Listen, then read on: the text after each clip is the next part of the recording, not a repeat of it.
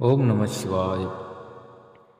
महेश्वर का ब्रह्मा और विष्णु को अपने निष्कल और सकल स्वरूप का परिचय देते हुए लिंग पूजन का महत्व बताना। नंदिकेश्वर जी कहते हैं, तदंतर वे दोनों ब्रह्मा और विष्णु भगवान शंकर को प्रणाम करके दोनों हाथ जोड़कर अपने दाएं बाएं भाग में चुपचाप खड़े हो गए। फिर उन्होंने वहां साक्षात प्रकट पूजनीय महादेव जी को श्रेष्ठ आसन पर स्थापित करके पवित्र पुरुष वस्तुओं द्वारा उनका पूजन किया। दीर्घकाल तक अविकृत भाव से सुस्थिर रहने वाली वस्तुओं को पुरुष वस्तु कहते हैं और अल्पकाल तक ही टिकने वाली क्षण भंगुर वस्तुएं प्राकृतिक वस्तु कहलाती हैं। इस तरह वस्तु के ये दो भेद जानने चाहिए। किन पुरुष वस्तुओं से उन्होंने भगवान शिव का पूजन किया, यह बताया जाता है।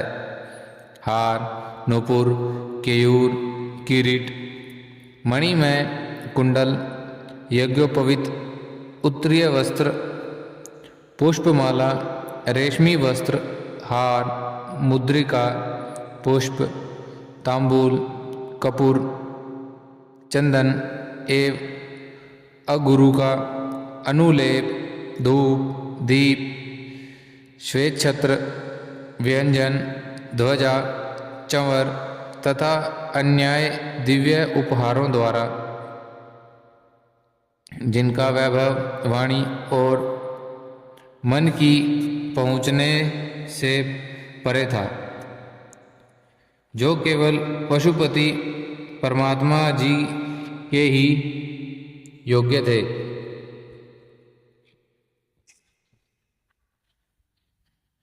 शंकर महादेव और जिन्हें पशु बुद्धिजीव कदापि नहीं पा सकते थे, उन दोनों ने अपने स्वामी महेश्वर का पूजन किया।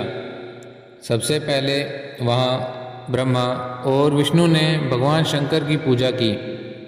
इससे प्रसन्न हो भक्तिपूर्वक भगवान शिव वहाँ नम्र भाव से खड़े हुए उन दोनों देवताओं से मुस्कुराकर कहा। महेश्वर बोले, पुत्रों, आज का दिन एक महान दिन है। इससे तुम्हारे द्वारा जो आज मेरी पूजा हुई है, इससे मैं तुम लोगों पर बहुत प्रसन्न हूँ। इसी कारण यह दिन परम पवित्र और महान से महान होगा। आज की यह तिथि शिवरात्रि के नाम से विख्यात होकर मेरे लिए परम प्रिय होगी। इससे समय में मेरे लिंग निष्कल अंग आकृति से रहित निराकार स्वरूप के प्रतीक वेद, सकल साकार रूप के प्रतीक विग्रह की पूजा करेगा। वह पुरुष जगत की सृष्टि और पालन आदि कार्य भी कर सकता है। जो शिवरात्रि को दिन रात निराहार एवं जितेंद्रिय रहकर अपनी शक्ति के अनुसार निश्चल भाव से मेरी यथोचित पूजा करेगा, उसको मिलने वाले फल का वर्णन सुनो। 1 वर्ष तक निरंतर मेरी पूजा करने पर जो फल मिलता है, वह सारा फल केवल शिवरात्रि को मेरा पूजन करने से मनुष्य तत्काल प्राप्त कर लेता है। जैसे पूर्ण चंद्रमा का उदय समुद्र की वृद्धि का अवसर है, उसी प्रकार यह शिवरात्रि तिथि मेरे धर्म की वृद्धि का समय है। इस तिथि में मेरी स्थापना आदि का मंगलमय उत्सव होना चाहिए। पहले मैं जब ज्योतिर्मय स्तंभ रूप से प्रकट हुआ था वह समय मार्गशीर्ष मास में आद्रा नक्षत्र से युक्त पूर्णमासी का प्रतिपाद है और पुरुष मार्गशीर्ष मास में आद्रा नक्षत्र होने पर पार्वती सहित मेरा दर्शन करता है अथवा मेरी मूर्ति या लिंग की झांकी करता है, वह मेरे लिए कार्तिकेय से भी अधिक प्रिय है। उस शुभ दिन को मेरे दर्शन मात्र से पूरा फल प्राप्त होता है। यदि दर्शन के साथ साथ मेरा पूजन भी किया जाए तो इतना अधिक फल प्राप्त होगा कि उसका वाणी द्वारा वर्णन नहीं हो सकता। वहाँ पर मैं लिंग रूप में प्रकट होकर बहुत बड़ा हो गया था, अतः इस लिंग के कारण यह भूतलिंग स्थान के नाम से प्रसिद्ध हुआ। जगत के लोग इसका दर्शन और पूजन कर सकें, इसके लिए यह अनादि और अनंत ज्योति स्तंभ अथवा ज्योतिर्मय लिंग अत्यंत छोटा हो जाएगा। यह लिंग सब प्रकार के भोग सुलभ कराने वाला तथा भोग और मोक्ष का एकमात्र साधन है।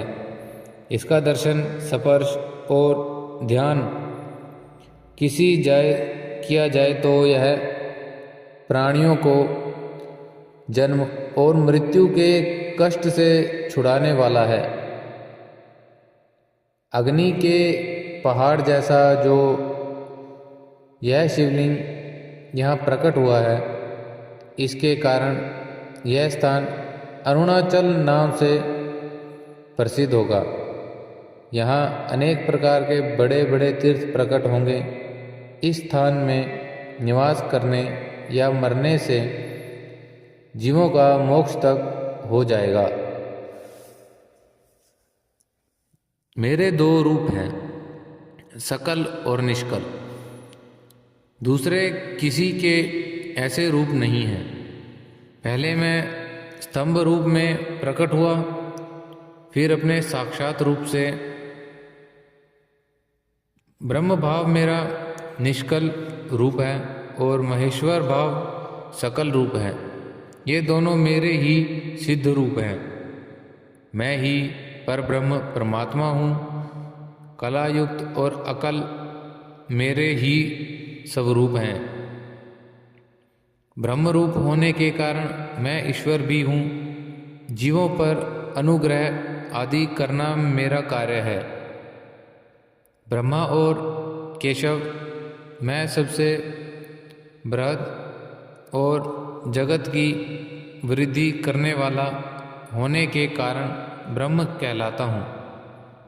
सर्वत्र रूप से स्थित और व्यापक होने से मैं ही सबका आत्मा हूँ। सर्ग से लेकर अनुग्रह तक आत्मा या ईश्वर से भिन्न जो जगत संबंधी 5 कृत्य हैं, वे सदा मेरे ही हैं। मेरे अतिरिक्त दूसरे किसी के नहीं हैं, क्योंकि मैं ही सबका ईश्वर हूँ। पहले मेरी ब्रह्म रूप का बोध कराने के लिए निष्कल लिंग प्रकट हुआ था। फिर अज्ञात ईश्वर तत्व का साक्षात्कार कराने के निमित्त से मैं साक्षात जगदीश्वर ही सकल रूप से तत्काल प्रकट हो गया। अतः मुझ में जो स्तव है उसे ही मेरा सकल रूप जानना चाहिए, तथा जो यह मेरा निष्कल स्तंभ है वह मेरे ब्रह्म रूप का बोध कराने वाला है। यह मेरा ही लिंग चिन्ह है। तुम मेरे प्रतिदिन यहाँ रहकर इसका पूजन करो। यह मेरा ही स्वरूप है और मेरे समीप्य की प्राप्ति कराने वाला है। लिंग और लिंग में नित्य अभेद होने के कारण मेरे इस लिंग का महान पुरुषों को भी पूजन करना चाहिए। मेरे एक लिंग की स्थापना करने का यह फल बताया गया है कि उपासक को मेरी समानता की प्राप्ति हो जाती है।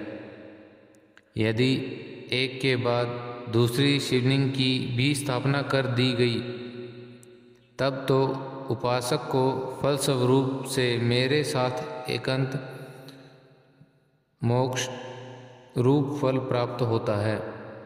प्रधानतया शिवलिंग की ही स्थापना करनी चाहिए।